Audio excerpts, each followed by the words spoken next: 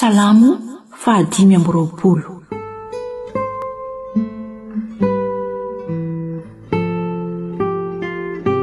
Salamo abidi, fangatahana fiarovana sy fitariana.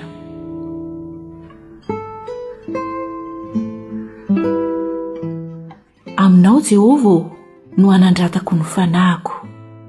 Andriamanitro, ianao no itokiko, aoka tsy homenatra. Aoka tsy hifalian'ny fahavaloko aho. Eny, tsy hisy homenatra izay rehetra miandry anao, fa izay mivadika foana no homenatra. Ampahafantaro ny lalanao aho Jehovah, ampianaro ny sitrakao aho. Tario amin'ny fahamarinanao aho ka ampianaro, fa ianao no Andriamanitry ny famonjena ahy. Ianao no andrasako mandritry ny andro.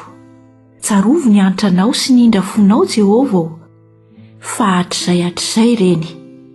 Aza ny fahotan'ny fahatanorako na ny ratsy nataoko ny tsarovanao, fa aoka ho araka ny famindramponao no ahatsiarovanao ahy.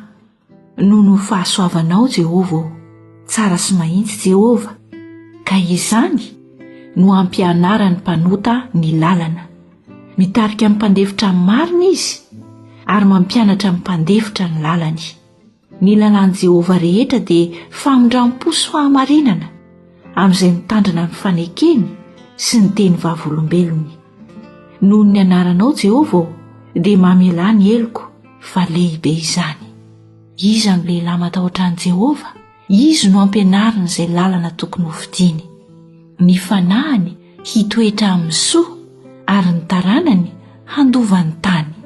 Ny fisainan'i Jehovah asehony amin'izay matahotra azy, ary ny fanekeny no ampahafantariny azy. Ny masoko mijery an'i Jehovah mandrakariva, fa izy no nanafaka ny tongotro tamin'ny fandrika arato. Todio aho ka amindrao fo, fa irery aho ka mahantra. Ny fahorian'ny foko efa mialehibe, afao amin'ny fahatereko aho. Jereo ny fahoriako sy ny mavesatra amiko, ka mamela ny fahotako rehetra.